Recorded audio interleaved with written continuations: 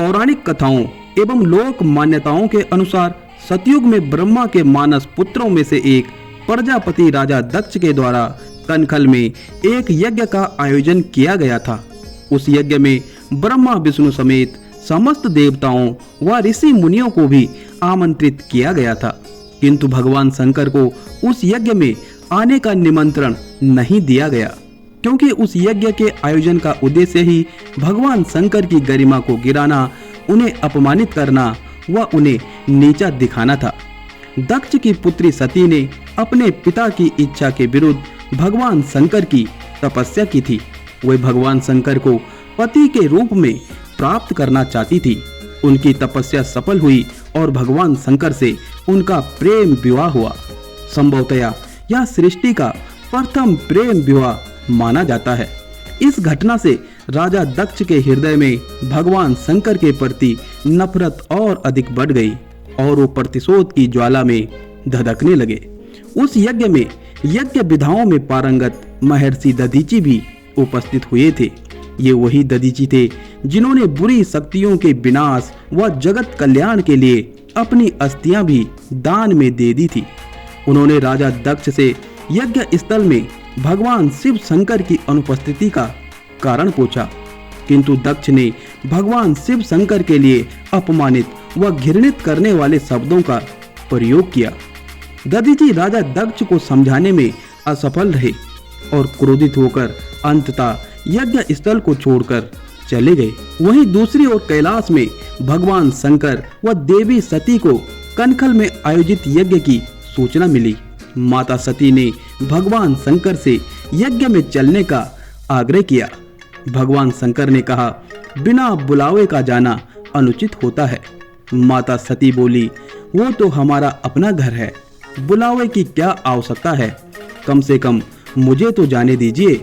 भगवान शंकर सती के मन को पढ़ चुके थे। उन्होंने नंदी और गणों के साथ माता सती को कनखल जाने की आज्ञा दी। माता सती कनखल पहुंची तो उन्हें देखकर सब हैरान हो गए। माता सती ने दक्ष से पूछा, आपने मेरे स्वामी को क्यों नहीं बुलाया? आपने मेरे स्वामी को न बुलाकर बहुत बड़ा अपराध किया है। भला देवों के देव महादेव के बिना कोई भी यज्ञ सफल कैसे हो सकता है? किंतु दक्ष ने भगवान शंकर के लिए गालियों से भरे लज्जित शब्दों का प्रयोग किया, जिसे देवी सती सहन नहीं कर पाई और अपने शरीर से ज्वाला उत्पन्न करके अपनी देह का त्याग कर दिया। नंदी और गण रोते हुए यह संदेश लेकर कैलाश पहुंचे और महादेव को सारी सच्चाई बताई। महादेव अत्यंत क्रोधित हुए और उनके शरीर के तेज से उनकी प्रतिकृति वीरभद्र उत्पन्न हुए। वीरभद्र ने भोलेनाथ की आज्ञा से कनखल में जाकर राजा दक्ष का सिर कलम करके यज्ञ की प्रज्वलित ज्वाला में फेंकते हुए यज्ञ को तहस नहस कर दिया। भगवान शंकर जब कनखल पहुंचे तो उन्होंने माता सती के वियोग में उनके मृत शरीर को उठाया और ब्रह्मांड में इधर उधर भटकने लगे। भगवान श्री हरि विष्णु ने सृष्टि के विनाश की संभावना को महसूस करते हुए अपने सुदर्शन चक्र से माता सती के मृत शरीर को 51 टुकड़ों में काट डाला। जिस जिस भूभाग में माता सती के शरीर का अंग गिरा वहीं वहीं शक्तिपीठ बने। सुरकुट पर्वत पर माता सती का सिर गिरा था, जिससे यहाँ पर आदि भवानी माँ दुर्गा की प्रतिकृति सुरकंडा देवी की उत्पत्ति हुई।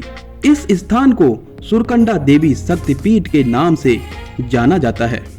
दोस्तों, सुरकुट पर्वत देवभूमि उत्तराखंड के टिहरी गढ़वाल जनपद के अंतर्गत चंबा मसूरी मोटर मार्ग पर स्थित कद्दूखाल नामक कस्बे के ऊपर है। सुरकुट पर्वत की चोटी पर माता सुरकंडा का भव्य मंदिर है। कद्दूखाल से मंदिर तक पहुंचने के लिए 1.5 किलोमीटर की खड़ी चढ़ाई चढ़नी पड़ती है। साथ ही अब रोपवे ट्रॉली सेवा की उपलब्धता से सफर आसान हो चुका है। श्रद्धालु मात्र 177 रुपए के टिकट से महज 10 मिनट में मंदिर पहुंच सकते हैं।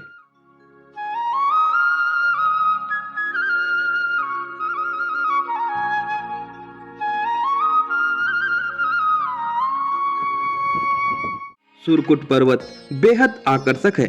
केदार खंड व स्कंद पुराण में कई स्थानों पर इसका उल्लेख देखने को मिलता है। पर्वत की चोटी से पूर्वोत्तर की तरफ नजर फिराने पर खूबसूरत चौखंबा पर्वत के अलावा बद्रीनाथ, केदारनाथ, गंगोत्री, यमुनोत्री के हिम शिखरों के खूबसूरत दर्शन होते हैं। दक्षिण में देहरादून के अलावा कई मैदानी क्षेत्र दिखाई देते हैं।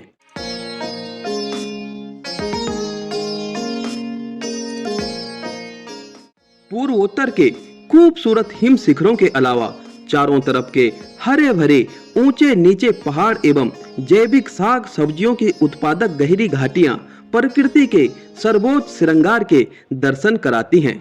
यहाँ पर अप्रैल के महीने में खिलने वाला बुरांस का फूल बेहद खूबसूरत एवं मनमोहक होता है। बुरांस के फूलों का जूस व आसपास के सेब के बागीचे मानो समग्र विश्व में पहाड़ों की मिठास को घोलने में लगे रहते हैं।